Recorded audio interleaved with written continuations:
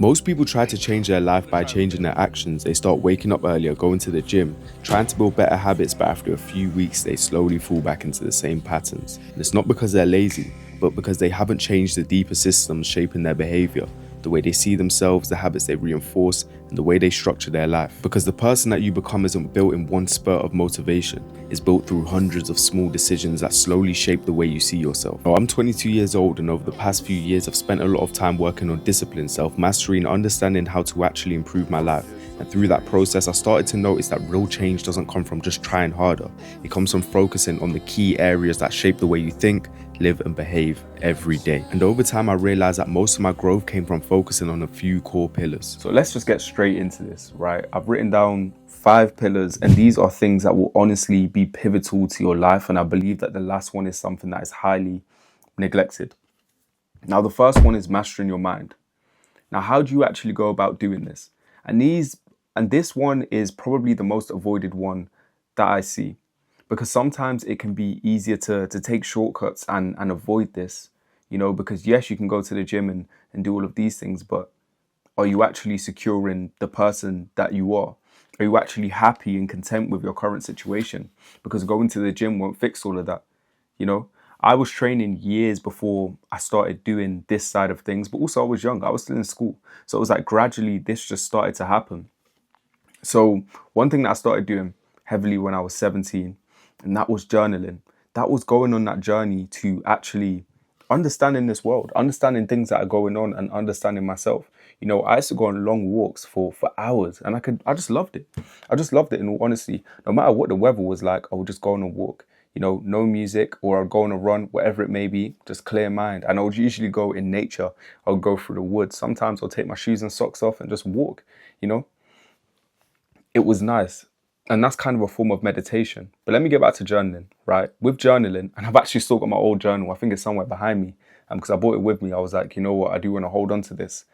So when I was journaling, when I was 17, I didn't really have a direction or anything that I really needed to write about. It wasn't systemized at all. And there's nothing wrong with that, because it allowed me just to get all my thoughts out, all my ideas, and then understand what it is that I wanted to do the next day. But when you are first starting off journaling, this is what I recommend, because it can be hard if you haven't done it in the past to just start doing this habit. Firstly, what you want to do is you want to write down something that you're grateful for. Now, gratitude is key, especially in a world where everyone's complacent, complaining about their current situation, saying that they have no control. You need gratitude, because at the end of the day, how do you expect to transcend your current position if you're not even grateful for what it is that you have? Understanding that you are privileged compared to somebody else, So just write this down, write everything down. So first one is gratitude. Now, the second thing is writing down what your task is for the next day, the things that you want to do, right? Once you understand this, it just makes it easier to attack the next day, instead of just going at it willy-nilly. And what they call this is the path of least resistance. Your mind likes just being able to do things without having to think too much about actually doing it. So if you can sit down and write out what it is you need to do next day, imagine how much easier it's going to be when you're not just thinking, oh, what was it I had to do again? And you haven't actually written anything down. So do this. The third one is write down your 3 main goals. Now, these can be your 3 main long-term goals, and they can be whatever. They can be financial goals, they can be travel goals, they can be whatever it is that you want them to be. So I've written all this in my journal, and this is what I do now. This is basically my system every single day, what I use. And I write this every single night. So this is what I use. And then I just write out my thoughts for the day. But by doing this, you get into the habit of writing everything out. And obviously, when you're writing down your goals, you're reinforcing them. You're putting them into your mind all the time, saying that these are the things that I want to achieve. Otherwise, it just falls to the back of your mind, and then you just end up forgetting it anyway. So if you do these 3 journaling things, then it will be amazing for your mental growth and your mental fortitude. You also build discipline because you're doing it consistently. Now, there are deeper journaling prompts you can get into. You can go on any sort of social media and search up journaling prompts, and I do recommend doing that. And 2 big ones that are very important when you first start journaling as well, if you haven't done this before, is write down your vision, write down your anti-vision. What is the worst possible outcome for your life? Once you understand the reality that you honestly don't want, Understanding your vision is so much easier, because then it's like, okay, you're doing everything to make sure that you're not in this worst position. So this is what you need to do to make sure that you're in the best position. What is it that you don't want out of life? I know what I don't want. Now you have to sit down and ask yourself this. And I'm not just talking about write it out quickly.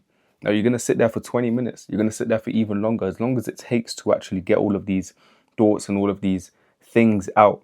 Yeah, it might make you a bit emotional. It might make you a bit angry, because you realize that a lot of the things that you're doing now are just leading you down to that path. So how do you escape that? How do you make sure that that doesn't become your life? And now, you see, when I was talking about me going for walks and doing all of this stuff, that is another important thing when it comes to building mental fortitude, mental strength, and that's solitude. How often can you confidently say that you sit in silence or you go on walks in silence? And if you're not doing it much, you're honestly doing yourself a disservice, because constantly our minds are just bombarded with information, just bombarded with crap that actually doesn't serve us. And the more that you let these things get into your mind, the more that you're avoiding the things that you honestly need to just confront. The more that you're avoiding that mental peace. It's such a nice feeling when you can just sit down and you don't feel like you have to be on your phone. It's such a nice feeling when you can just sit down and let your mind relax. Confront these ideas, confront these thoughts that are challenging you day to day. Don't just avoid them and keep pushing them down, because eventually it will explode. And yeah, when you could have just faced it before it even became an issue. Now, pillar 2 is physical discipline. And look, this is where a lot of the excuses come in for most people. And I see this happen a lot. Yes, you do have enough time to train. I don't care how busy your day is, you do have enough time to train. It's just an excuse, because you can do something anywhere and everywhere. And now look, before I had my daughter, yeah, I remember people saying, oh yeah, you're young, but watch when you have kids, you're going to be like this. Guess what? It didn't happen to me. Why didn't it happen to me? Because I refuse to be that person. This is me. This is my identity. This is what I do. So now, why is me having a daughter going to cause me to stop being who I am? It won't. In fact, it just pushes me to want to work even harder and to want to do more, because now she's watching me and I'm setting an example for her. And also, I'm actually equipping her for the world. When she sees me training and me working on myself, she's going to want to do the same, which is crucial. So there's no reason why you can't train and why you're not in the best shape of your life when you're in your 20s. And training isn't even just about the physique. One thing that training builds that is very underrated is long-term gratification. Now look, as humans, we are just wired towards having short-term gratification. Reason being is because if we were hunting something or we're going out and we're foraging, the first thing that we see we're going to eat, and it's going to satisfy us for that moment. So that's what our minds were kind of catered towards. It was that short-term focus. So we're not even necessarily designed to have long-term gratification. But at the end of the day, we don't just rely purely on instinct. We have a consciousness. We are designed in this way.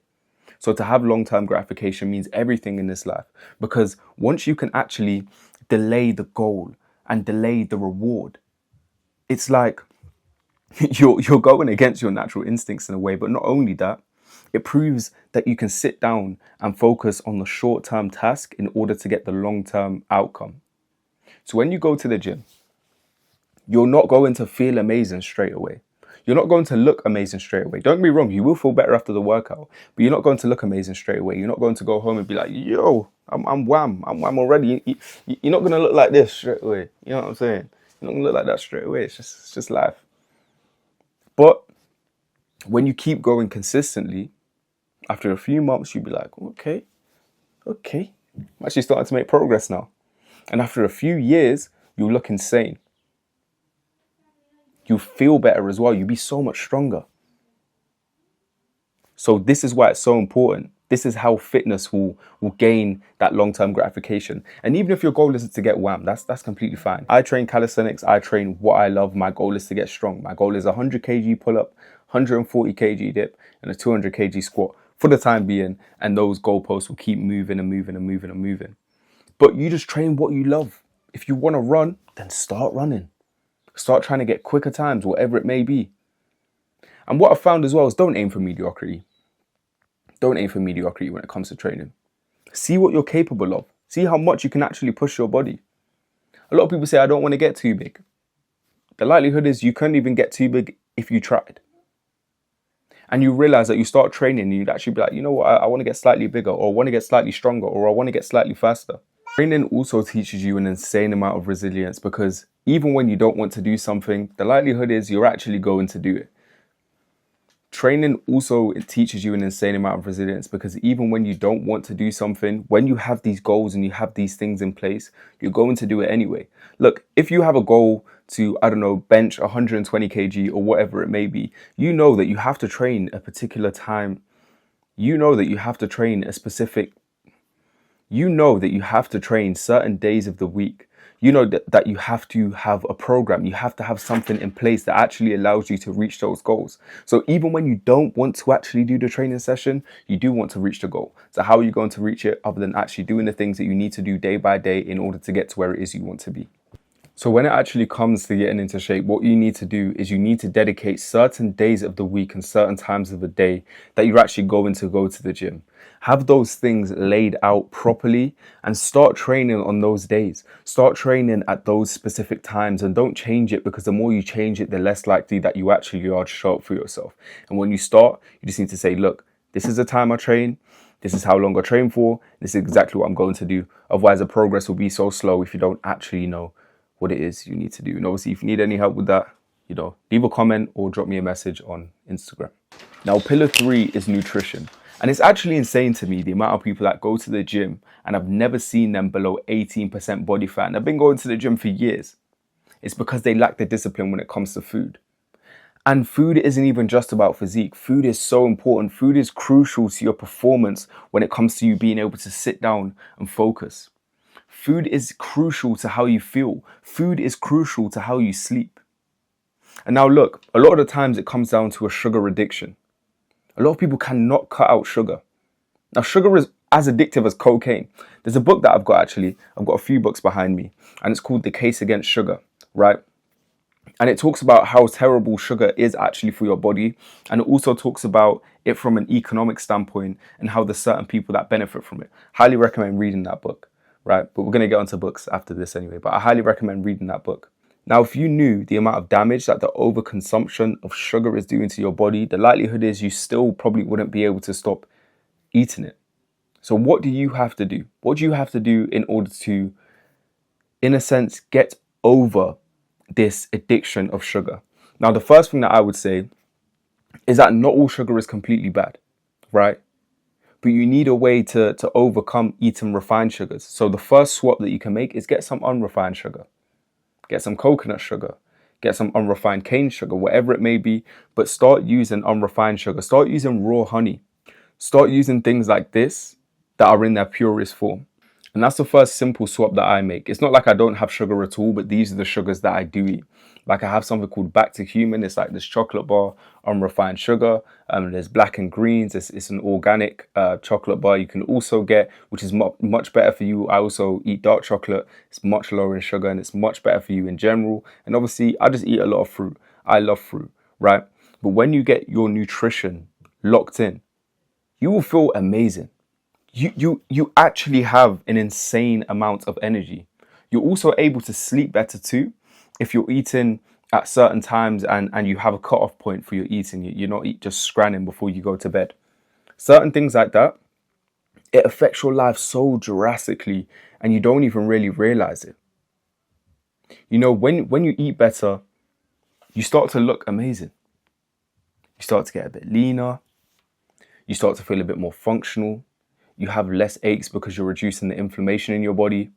You're reducing the risk of getting all of these metabolic diseases that are caused by diet. And it's not even just sugar. There's so many ultra-processed foods, things that we can't even create while we're at home. They can only be created in a factory. These bleached seed oils. All of these things that you are consuming, they're so detrimental. And yes, these big corporations will continue to sell them, but it's not even about that. You have control over your own actions. Yes, I know that these foods are made to be addictive, but you have to overcome that. You can't just always fall to your lowest point. You can't always say, oh yeah, well, these guys make them, so I have to eat them because they're very addictive. It doesn't matter. You can overcome that because you're stronger than your desires for things like that. At the end of the day, you have willpower. No one's forcing you to eat this crappy food. And people love to use the excuse saying that it's expensive. It is nowhere near expensive as you think it is, right? If I'm to go and get a pack of chicken thighs, cost what, $2.99? You can get a kilogram of chicken thighs for that. You can even go to Iceland and get the frozen ones instead. Works out way cheaper. There's so many other options out there. You know, you want to go get spinach, go get some spinach. You can go and get some, broccoli, whatever it may be. Vegetables aren't expensive. You don't have to get the best of the best ingredients. Just start eating single ingredient foods. That's the most simple swap you can make. In fact, it can actually work out way cheaper because a lot of the times you're getting all this stuff and then you're getting the chocolates and then you're getting the sweets and then you're getting this, then you're getting that, and things that don't serve you at all. So just start eating clean. Start eating cleaner. I know it can be hard to cut out sugar, but that's the reason why you need to do it.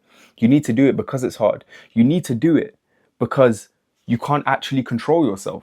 It feels amazing to have a sense of self-control and to know that you are in control of your actions. And that's exactly why you need to cut out sugar. You need to cut out these things that just aren't serving you. So what you need to do is start eating whole foods. Start eating higher protein. And what I'll do is I'll actually put a shopping list here for you. And I do have a link to a cookbook that you can use. But yeah, I'll put a shopping list here for you. Look over that. These are the things that you should be eating. These are the things that will really help you get into shape and that will help you feel good. And you can also create a lot of nutrient-dense meals with them. And then look, when it comes to supplements and stuff, that's just at the top. You don't really need to worry about that stuff. Just get your diet in order first. The way that I personally like to eat is I like to go high protein, high fat, and I do go slightly lower on carbs. But actually, I have a lot of carbs when it comes to fruit, but I don't really have much pasta, have it here and there, don't really have much rice. I opt for sweet potatoes. I do have potatoes. I opt for quinoa. I've got like loads of other things like fonio and like a lot of other things that just, they're way more nutrient dense and you feel a lot better when eating them. Also with things like quinoa, their bioavailability of protein is way higher. So yeah, things like that, just perfect. Also, another important thing when it comes to food, right? It's not just about eating food. It's about being able to refrain, being able to be okay with being hungry sometimes. Fasting is crucial. Clearing your system, doing a little detox. This is so important. Now, I used to fast for about 72 hours every 2 weeks, and I don't do it as much anymore. I do want to start getting back into it, and it is something that I will start doing, right? The main reason for me is because I was trying to put on a bit more weight, so I was just fasting less. But fasting is so important for your body. It makes you feel amazing. Like when you first start fasting, the first day is difficult, but when you sleep and you haven't eaten anything, you've just had water, you wake up the next day and you actually feel fine. You feel like, okay, this is actually something that I could do for a long period of time. When you start having these when you start having these detox teas and all of this stuff, you feel amazing. So start trying it. Start trying fasting. You can start with something simple and then you can actually start to prolong the period of time of which you're fasting. The fourth pillar, and one of my favorite pillars, is reading and learning. Now, I'm a nerd. I love to read. I love to learn. This is actually the book that I'm reading at the minute. It's about metaphysics. It's called 3 Magic Words. I've got an insane amount of books behind me that I've read. Yeah, so there's Meditations, Marcus Aurelius. I've read The Case Against Sugar as well. I've read a book called The 1% and the Rest of Us. I've read 48 Laws of Power. I've read The Compound Effect. I've read The Art of War by Sun Tzu. So many books, right? And also, I like to educate myself in other ways, like not just reading, but going on YouTube and watching a lot of YouTube videos.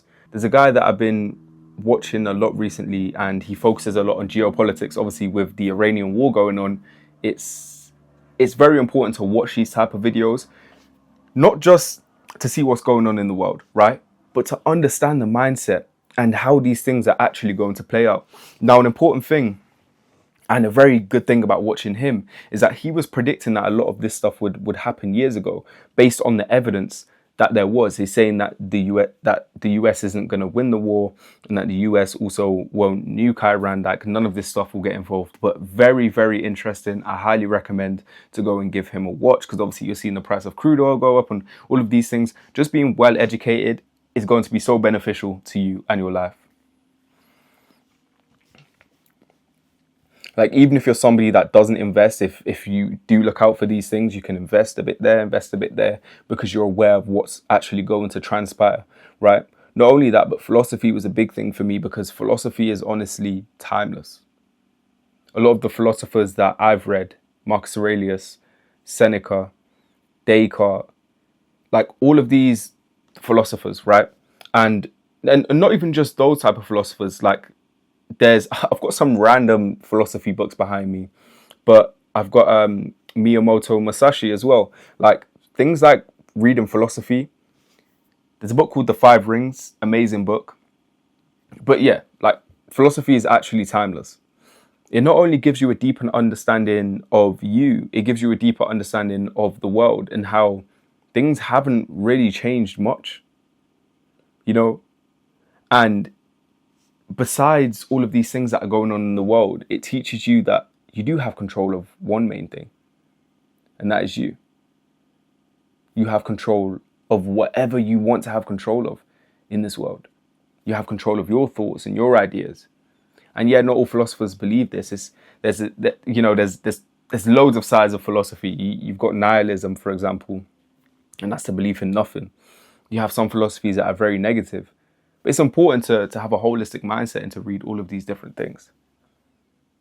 But when you actually start to read and you start to learn how certain things affect your body, you start to learn what's going on in the world, you feel confident to step out and to have any sort of conversation.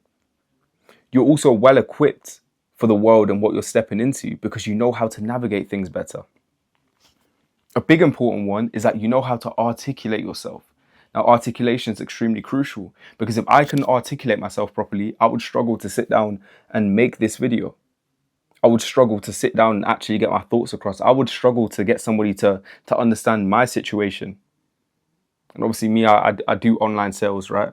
So it's like, for me, learning how somebody else's mind works and learning how I can best help this person is crucial to me. That's why I got into this space, because trying to help people. You know, I've been coaching since I was 17. And my main driving factor was, how can I best help this person?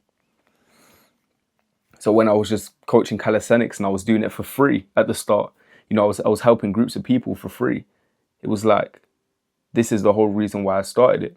So me expanding my knowledge in terms of training, it just made me be able to help these people better. It teaches you new perspectives. You know, a lot of people live in a box, and it's like they never really truly escape this box because they don't try to. They're not open to hearing different perspectives and different information. Like me, I would say I was religious when I was younger. I would say that I was Christian. I used to believe in that religion. I don't believe in it anymore, purely just because I've been open to so many different perspectives. I'm not atheist either, but I've looked into a lot of atheist content. And either way, it's been transformational to my life. It's been transformational to me seeking overall truth. So start to learn. Don't just be a bot in this world. Navigate yourself properly and become who you honestly know that you can become. Because with all of this knowledge, if you add some action onto that, you become powerful. It's not just knowledge is power. It's knowledge plus action equals power. Also, another important thing that I'm going to just quickly go over is that, especially in this era where we're seeing so much brain rot, people are relying so much on AI, there's all this short form content, your mind is basically deteriorating, and we're seeing people's mind deteriorate in front of us. It's important that you learn how to use your brain. And people will say, oh, you don't need to use your brain, AI. But guess what? You'll be such an outlier when you're somebody who knows how to navigate the world based on your own mind, not just based on AI. And when AI is taking everyone's jobs, how are you going to benefit from it? That comes down to you learning new things. Otherwise, you're going to be messed up. Like, in all honesty, it's yeah. Anyways, that's a conversation for a whole other day. Now, pillar 5 is relationships. Now, this one is so often overlooked. And it's because of all this red pill self-improvement that it made people kind of avoid this. look, I love my family. Yeah, I love my partner, you know, and this dynamic is very, very like it's important to me in many ways. It's also like, look, I wake up and I'm talking to her every single day. I'm with my daughter every single day. I go out and I talk to people in the gym, wherever I'm at, I'm talking to people. I talk to people on social media every single day. Building relationships is crucial because it's about how it can also, bring you some form of mental peace and mental clarity. It's not just about sitting here and working on your own constantly and that's it. What's the point? What's the point if you're not going out there and building new relationships? What's the point if you're not meeting new people? I talk to random people all the time, and I'm not even an extrovert. I'm a very introverted person. You know, I actually like being on my own. I love being on my own, which is why I can go on walks and I can do all these things on my own. But at the end of the day, I understand the importance of actually calling your family. I understand the importance of being out and just talking to people day to day, because what I found is that a lot of people, they'll come to me and they'll talk about very deep situations and stuff like this. And it's just like, it's amazing that they respect my perspective in a way and they want to hear what I have to say. And I can be that person that can potentially, help them go in the right direction, or that can help them with a bit of advice and a bit of knowledge from my own perspective. And then they'll go to another person and speak to them, and that person can also help them. So just go out there. The world is weird now. People don't want to talk, just don't want to talk to people. I saw a video of a guy in the train who was like, I hope everyone has an amazing day. It was talking to everyone. Not one person said anything to him. Like, what's actually going on? It's insane. It's like we've been brainwashed to think that we can't talk to one another. There's nothing weird about that. And that's why a lot of my friends are very extroverted. Even my partner, she's more extroverted than me. But yeah, go out there, build relationships, forge and maintain those connections with your family members, stay in contact with your friends. So important, and it's so overlooked. But I know 100% if you implement these 5 pillars into your life will change, and it will only be for the better. So in order for you to get to where you want to be, implement these 5 things, change your identity, and then you'll actually get to where it is you want to be. And I'll see you in the next one.